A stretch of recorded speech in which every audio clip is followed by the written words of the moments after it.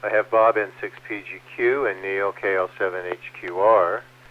Joel AI60G. KP4MD is running YouTube and commenting on other things when she gets a chance. This is James KN6QNJ. Is there anyone else who'd like to join the net tonight?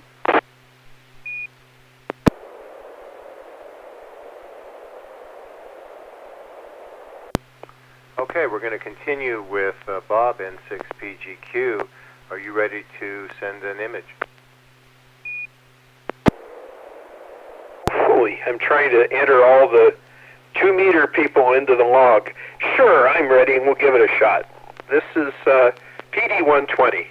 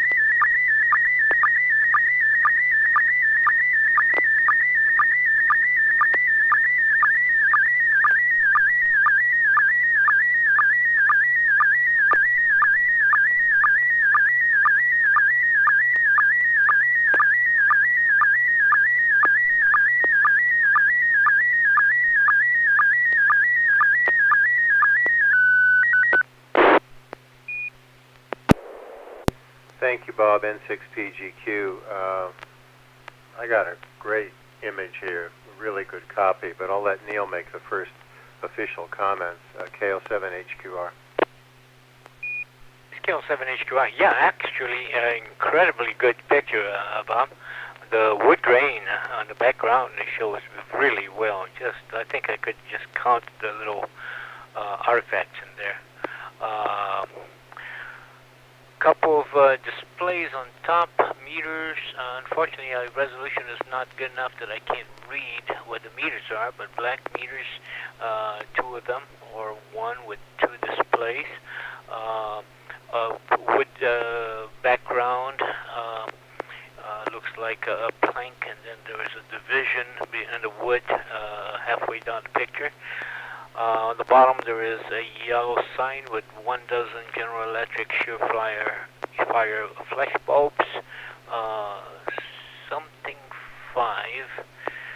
So really it's seen well. When you say flash bulbs, that looks like something of yesteryear for cameras, and so I'd like to know what the meters are on top, and looking forward to your description. But extremely good picture, and nice to see you back on the air again, Bob. KL7HQR, back to that. Thanks, Neil. KL7HQR, KN6QNJ. I think my father, who was a professional photographer at one point, had one of those devices at the top. I know what it is, but I don't want to give it away. Joel, AI6DG. I would guess someone just had no ideas for photographs and grabbed some stuff off the shelf, and he must be a collector of photography memorabilia.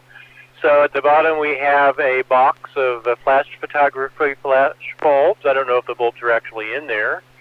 1 dozen General Electric Surefire flash bulbs. Number 5, which I believe probably meant the brightness. So you'd match the brightness with the scene with the exposure on the camera, and that's what the part of what the meter on top is. The round thing on the left is where you set parameters of the camera, I would guess. F-stop, shutter speed, and maybe distance.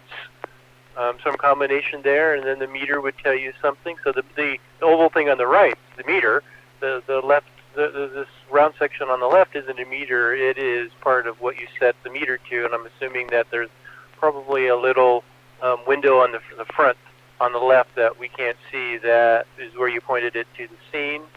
And excellent resolution for the grain, and especially in the shiny section on the upper right. Anyway, back to net, AI6DG. Thanks, Joel. AI6DG, KN6QNJ. Also on YouTube, Alf, KN6PRD, is watching us. Good evening, Alf.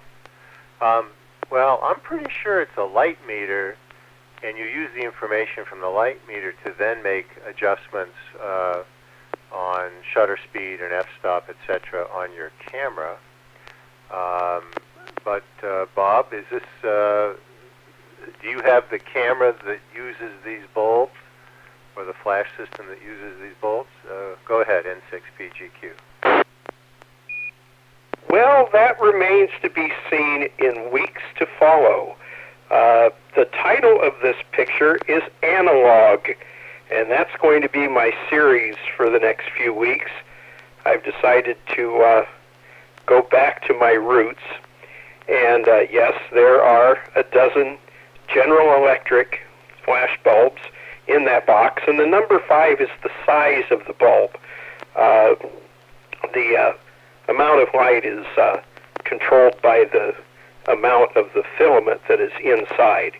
Above the light bulbs is a General Electric light meter, and I don't know if you can read the words, but underneath the scale on the right side it says light values. Let me drop this. And on the left side is a little circular calculator that you enter the ASA, now ISO, value of your film in, and then you enter the light value into that, and it gives you combination shutter speed and f-stop that you can then, read across the dial, and of course, a corresponding opening of your aperture would require you to have a faster shutter speed. And the interesting thing about this light meter is that it pulls in half right at the division that you see, and the selenium cell that's in there would be used for low light values, and then you enter that into the little calculator, and it will give you a fairly accurate reading in low light levels. So it can do that. Oh, and it also has a little window in the front with vertical slits in it that folds down so you can have the vertical slits, which gives you the brightest value. Open the door, it's the next brightest, and taking it apart is the least brightest situation. Yes, this is mine, and I've had it for years. N6PGQ. It reminds me of when we used to turn our bathroom into a dark room once in a while. That's really cool, Bob. Anybody have any questions for N6PGQ? L7HQR. Bob, you started by saying that you're going back to your roots. Did you work in photography before?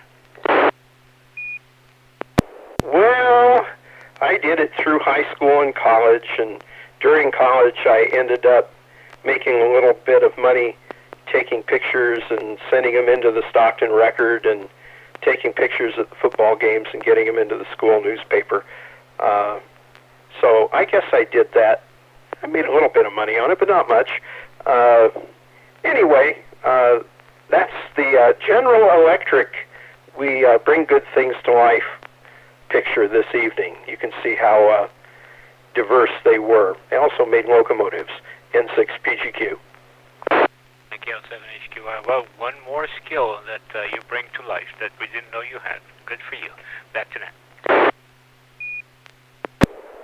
I think Bob just volunteered to take the photos for the River City Arc's annual calendar. Alpha's asking, KN6PRD is asking, how many flashes do you get in one bulb flash, which makes me feel really old. Bob, do you want to answer Alf's question? Sure. You get one flash per bulb. The filament is designed to burn quickly. The gas inside is not a vacuum, and it encourages rapid burning. And so when you put a voltage on the flash bulb, all the filament inside burns very, very quickly. You want a little bit more trivia? I'll give it to you in a second. Yeah, go ahead. Well, the later cameras that were built in the era of electronic flashes would have a switch on the side that would either say M or V, and the M was for flash bulbs. And what would happen is the shutter mechanism would allow the voltage to go through the contacts early so that it would fire the bulb would get to its maximum brightness, and then the shutter would open. Where the V section, the shutter would open and the flash would fire, since an electronic flash is basically instantaneous. So there's your trivia for the night. N6BGQ, KN6QNJ here. Alf says, wow. Yeah, you know, we don't even think about it nowadays. Our phones have flashes built into them, and it's though we can do whatever we want in perpetuity, and nothing like just a one-off little mini explosion in a light bulb. Any last questions for Bob before we move to Neil? KL7HQR. And then Bob, if you remember, they came up with a rotating 4-flash cube for some of the cameras, right? Don't jump ahead. Okay, standing by. Neil, yeah, I remember those too. KL7HQR, it is your turn to transmit an image. Okay, let me try a tone here first, and if it goes, it will be a PD-120. Hang on a minute, let me get away from the receiving mode here. Stand by.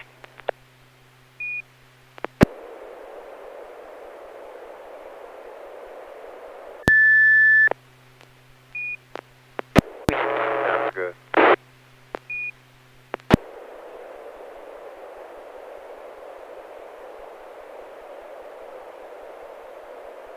Okay, stand by.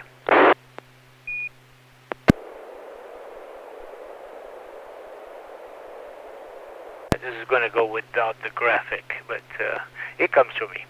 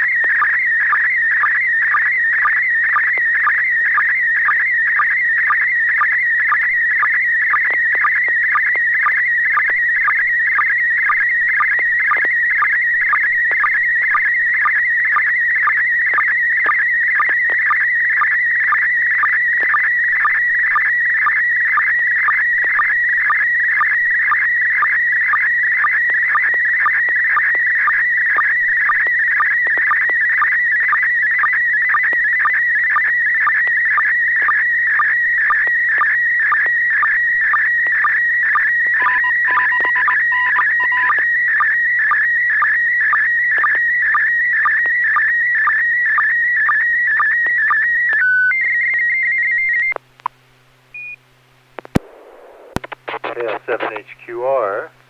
I have excellent copy on this photo too, and I'm trying to figure out what it is. Also, Alf, I saw your question about, going back to Bob real quick, about whether they still make those kinds of flashes. They may be, you may be able to find them in specialty shops. If you look up old Instamatic cameras, you'll see pictures of the square rotating flash bulbs. Okay, back to Neil, KL7HQR. I have no idea what that is, but Joel, AI6DG might. Go ahead, Joel. I don't think they in general make flashes like that anymore, so you're stuck with looking for new old stock, which is probably getting fewer and fewer between. Although there might be someone somewhere in the world that makes those.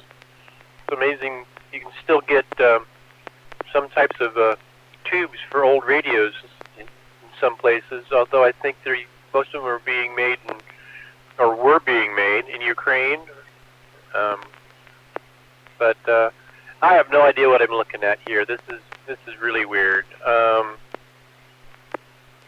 I don't know. Is it some part of a spacecraft that's about to take off, or that's in orbit and is about to separate the different stages or something?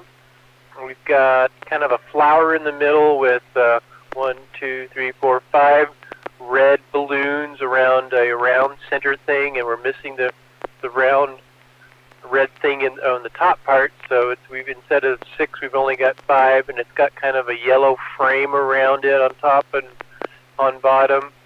And we're looking up or down at it. Maybe something in a ceiling, some sort of light fixture, because it kind of looks like we've got some things, some straight lines on the left and right that could be something hanging from the ceiling.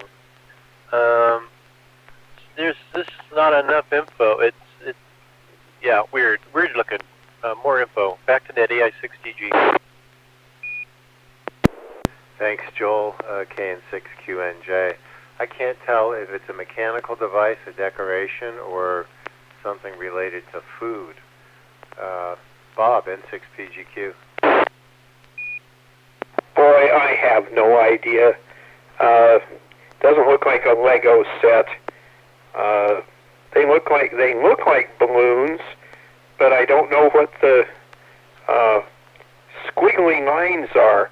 I know it's probably not a Tesla coil. I haven't seen one like that, but I guess we'll figure it out from Neil. The quality is real good. Very, very few pixel pops on it. A couple little red ones in the black, and that's about all I can see. N6PGQ. Thanks, Bob. Yeah, the quality is excellent. Neil, KL7HQR, what are we looking at, please? Scale 7HQR. Well, this picture was taken from my television screen a few days ago. What we're looking at is the Orion capsule. What makes it difficult to understand is that you're looking straight down at it. If you look carefully, those red balloons are on the very top. You have the top of the cone. The Orion capsule is a cone. Is a little circle in between the red balloons. The red balloons are helium-filled balloons that, when it lands on the ocean, they expand to keep it up out of the water in what they call stable 1. Stable 2 is if they would have be upside down, and then these bags inflate and flip it right side up to stable 1, and it floats. The gray circle below it, that is the perimeter of the Orion itself. The yellow frame is the receptacle upon which they lowered it upon receiving. This is inside the ship that went to recover it. This part of the ship lowered under the water, and you can see some shimmering on the left and right. That means it's full of water. And then the boat would pull it in with cables, transfer the cables to the top. Well, the top of the picture, there is on the yellow. You may be able to see a little pink cable there that's connecting, and that kind of winches it into the place. Let me drop it for a second. The cables that you see on the right-hand side, yellow and blue on the right-hand side, red and yellow on the left-hand side on a slant, those are cables that are being held originally by hand to keep the thing lined up so they won't drift, because the ship was moving a lot with the ocean.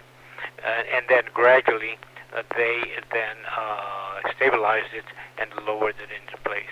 But that's basically it. You're looking at the spacecraft Orion when it was being recovered. Eventually, they closed the door to this compartment. They evacuated all the water, and then people went around down there to inspect it. So that's basically what it is. Just a nice, colorful little picture. Back to Net. Thank you, Neil, and from a very interesting angle. Of course, now that we know what it is, I think we all see it. I think it's the lifting device that really changes the line so much it's hard to figure it out. I'm also curious, are they missing one flotation device? Should there be 6 balloons, not 5? No, actually, they have only 5. I don't know if that was done on purpose so that they could fit on the stand, but it is. I agree with you. It looks like it's missing one. No, there 5 is the total. Copy. Thanks. Any questions for Neil? Bob, Joel, Carol?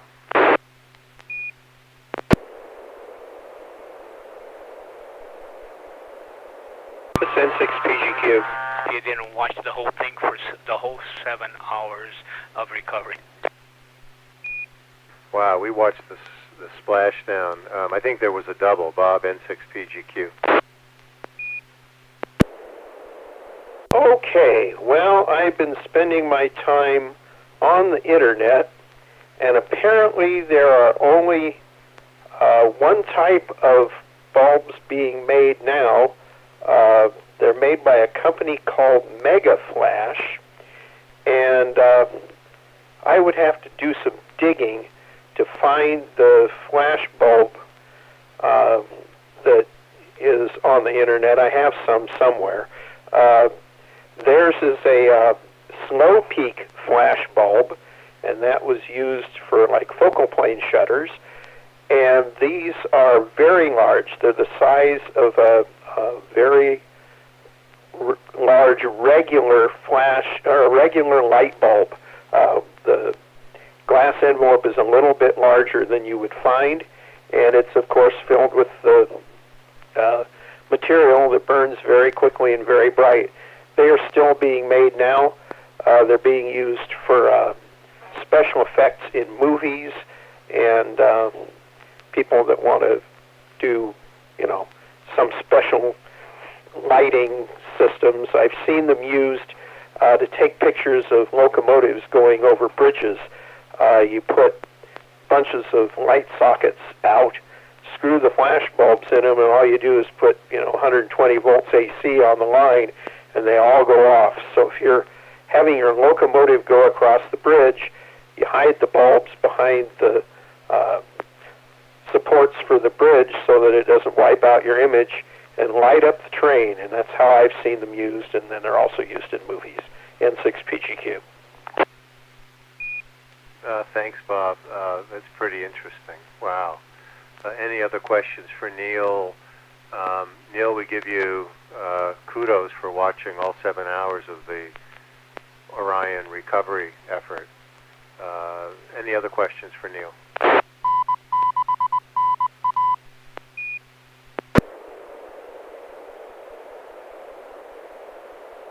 Okay, Joel, AI6DG, this is KN6QNJ.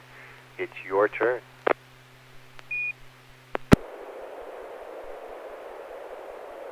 Just a moment.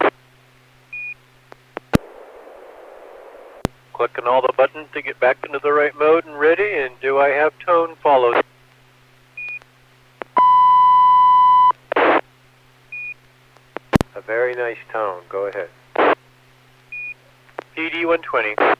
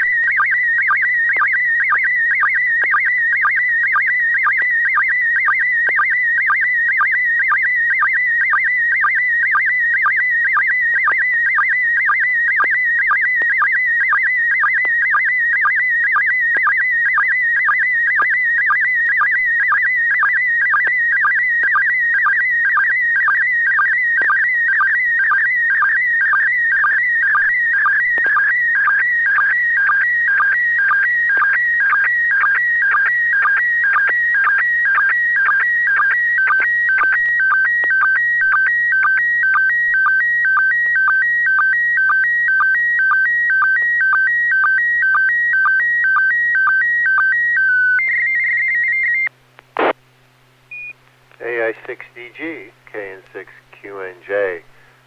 Another image, excellent copy. You know, the image is pretty dark, and I can barely see any pops or anything. I'm going to take a guess that this is Niagara Falls at night, but I'm going to ask Bob to go next, N6PGQ. Well, that was my guess also. So I'll follow along. There's a few pixel pops up in the sky. They look like stars, except you look at them real closely, they're kind of elongated. So unless this was a long exposure and the stars actually did move, there are very few pixel pops. It's a really neat picture. I didn't know they lit up the falls. There's mist at the bottom that's lit up, and looks really neat. And the falls in the background are lit up also, and so it gives you a good 3D effect. I really like the picture. N6PGQ. N6PGQ. We will ask Neil for comments now, KL7HQR. Also, Craig Bruce is on YouTube, and he also guessed Niagara. And Elf guesses Niagara or Argentina. All right. Joel. I'm sorry, Neil, KL7HQR. Go ahead. KL7HQR. Well, I know exactly what the Argentina part is, because Alpha is probably thinking about Iguazu Falls, which are between Argentina and Brazil.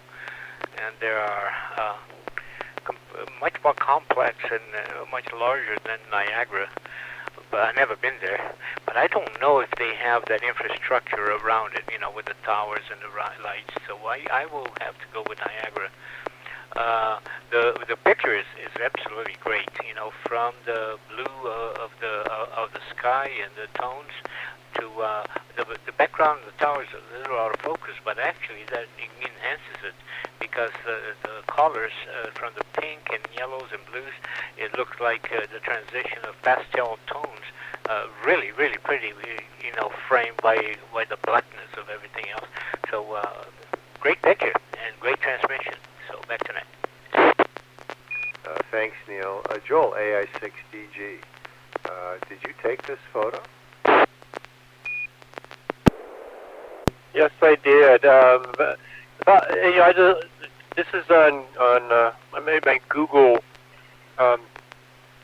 photo album, and if the date on that is correct, this is a 20-year-old photo. But work sent me back to Niagara Falls because one of our offices was literally across the street from the Niagara Falls Park, or State Park, on the American side. And I spent 6 months out there, one entire winter. So obviously this isn't winter, so this must have been when I first got there or right before they sent me back.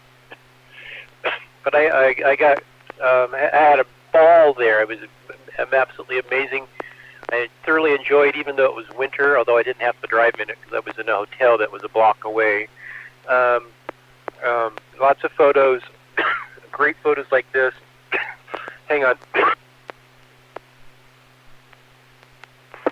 So this is on the American side. Everything on the left side of the photo is on the American side. Everything's on the right side in the background is Canadian side. This is from Prospect Point looking across American Falls. Goat Island is lit on the left center, and in the far distance, kind of just a little bit left to center, is Horsetail Falls, or Horseshoe Falls. Wow, that's been a while. The tower on the right has a restaurant on the top of it with an amazing view, and it's got a convention center facility at the base of it, and the restaurant rotates.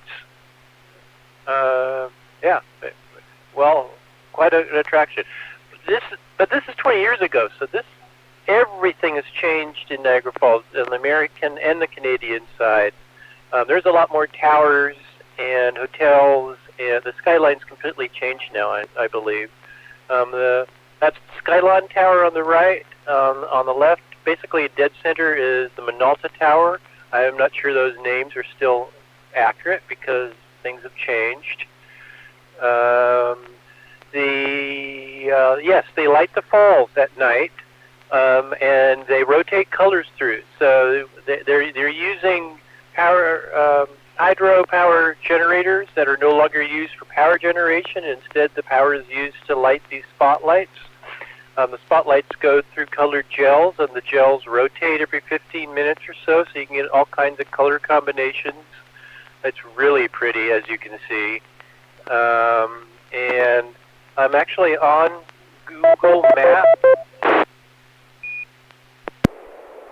I'm on Google Map looking at it, and it's amazing how much has changed. And if you ever want to know what an area looks like, go to Google Maps, and you can go into 3D mode, and you can literally zoom around and zoom in and out and fly across and change the view and read around interesting things. And it's as good as being in a plane flying around. And yeah, I want to go back sometime, but wow, it's changed. But I'm sure I did enjoy it. Then the question would be, should I fly to the Canadian side or the American side? The joke, I don't know how accurate or true it is, but the joke I heard was that the Canadian side spent more money on flowers than the entire budget of the Niagara Falls Park on the American side. But that was a long time ago, and maybe it's more developed now, but yeah, a lot of contrast across the border. But it's neat. You can be in a hotel on the American side and just back and forth to the bridge to the Canadian side. Although I'm sure this was pre 9/11, I'm sure it's a little more involved now. But yeah, I'd have to research that. Back to net. I'm rambling. That's definitely a sign that I need to stop. Back to net. AI6DG. AI6DG, KN6QNJ. Well, that's really a great story, and thanks for sharing such a beautiful image with all of us. Questions for Joel, Bob, or Neil?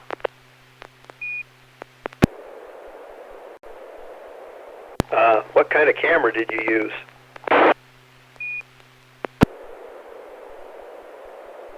A Canon, I think it was, I don't know if it was a Canon Rebel or the Canon Elan. It was a film camera. So this is actually a low-resolution scan of a negative. And this trip I was having problems with scratches on the negatives. I somehow was getting grit into the camera.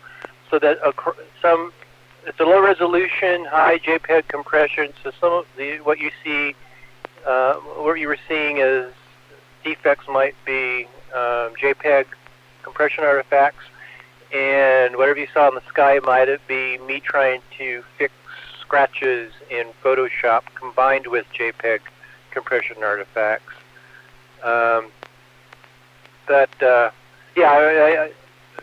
Everything. I really got the trick, the hang of long exposures at night. This is perfect timing.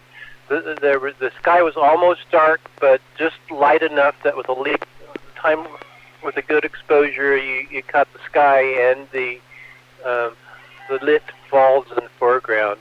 Back to net AI6DG. Thanks. Other questions for Joel?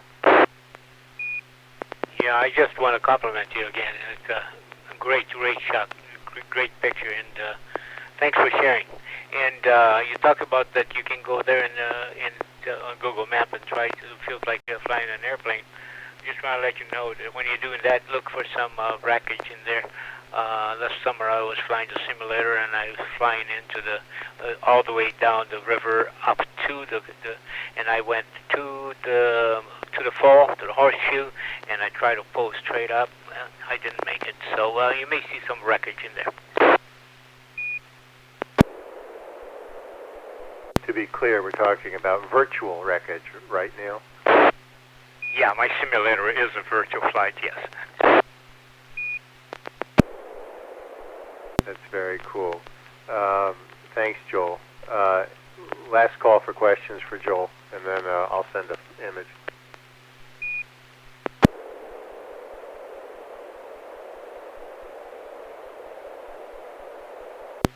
All right. This will be PD 120. Stand by.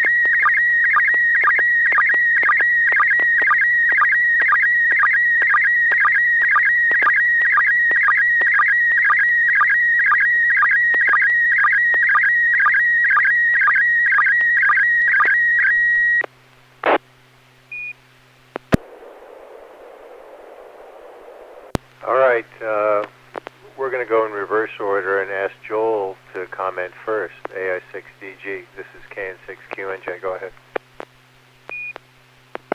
Okay, so we've got a couple of boxes of, the lids are open, donuts in them, chocolate, strawberry, sugar, nuts, old-fashioned, new-fashioned. I don't know what the style of the donuts are. I just eat them. A stack of napkins in front of one of the boxes. In the background, a Tupperware container and another, maybe a glass container with green frosted cupcakes. They're on it looks like a school room because it's like a school table and school. Just an edge of a school style of classroom chair on the right with a place for books underneath the seat and a couple of legs obviously sitting down at another chair in the middle top, and sunlight, low-angled sunlight going probably through a window, shining onto portions of all of this. I'm trying to think what activities have happened recently that this might be from. I'm drawing a blank. Back to net, AI6DG. Thanks, Joel. Neil, KL7HQR. Well, KL7HQR. Well, following Joe is always difficult.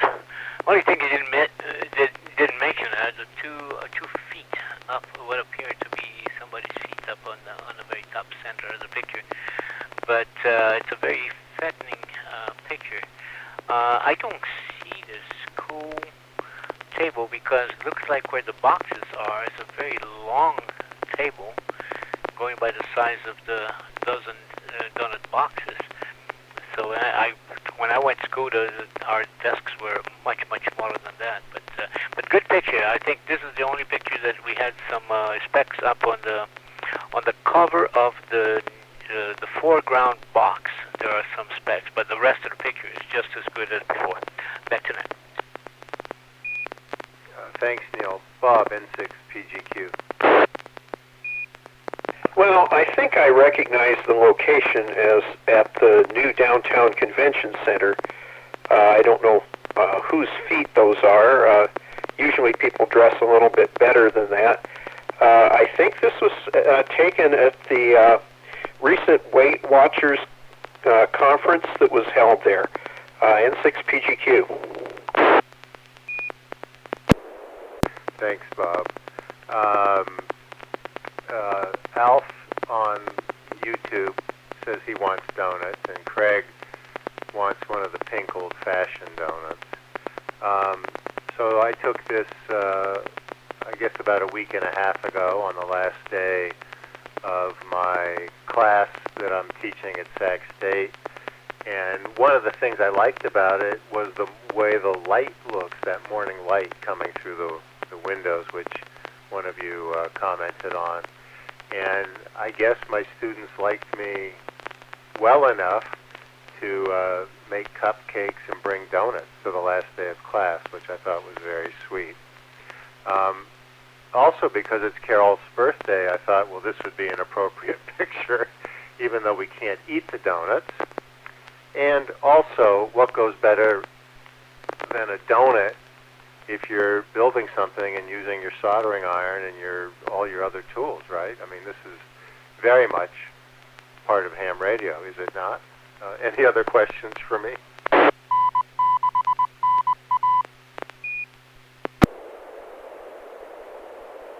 Oh, sure. This is N6PGQ. What class were you teaching? I teach several different classes, but this semester I was teaching a course called International Environmental Problems. It's a writing-intensive course for students who are getting ready to do their thesis. So I kind of give them a writing boot camp. It's a pretty tough class, but I really enjoy teaching it, and I take the donuts as a sign that they enjoyed the class.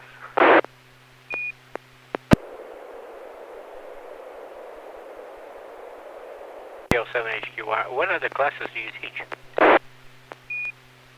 Well, this spring I'll teach a course that's cross-listed. I teach in the environmental Studies department, environmental science. For many years, I taught in the political science department at Sac State.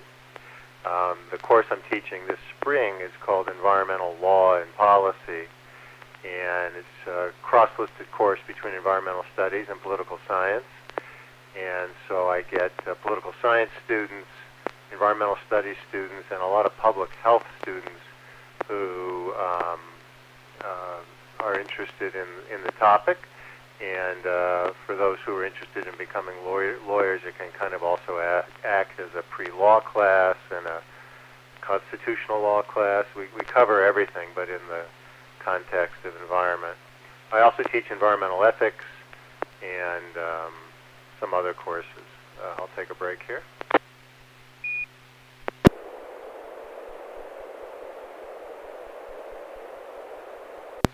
Anyway, so this class is a class I teach in the fall. Again, getting students ready to do their thesis, and I thought the donuts were just a good thing to do. Also, this is the fourth night of Hanukkah, and donuts are often eaten during Hanukkah.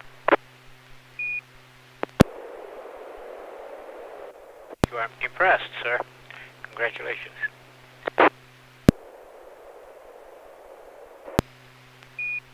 Yes, Carol, did you just say, are they sweet bagels? And I see your note on YouTube. You're welcome for the birthday donuts.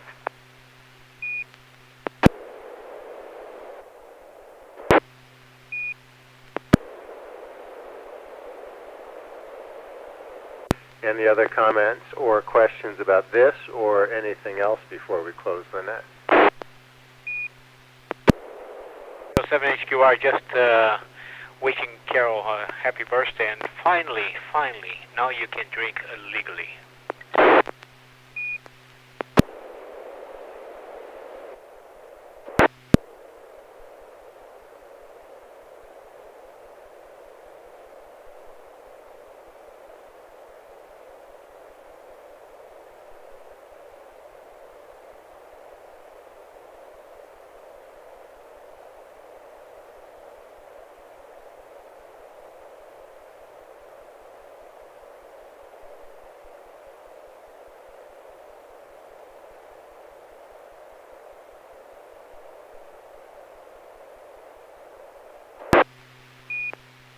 You're welcome, and speedy recovery, Carol.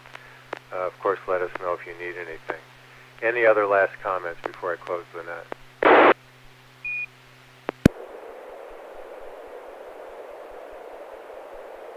All right. Well, with that, thanks to everyone who participated in tonight's Slow Scan TV net. That includes Alf and Craig online. We hope to see you again next Wednesday at 9 p.m. The net is officially closed at 9:52 p.m. Pacific Time. This is James, Kilo November 6, Quebec, November Juliet, wishing all of you a very good evening.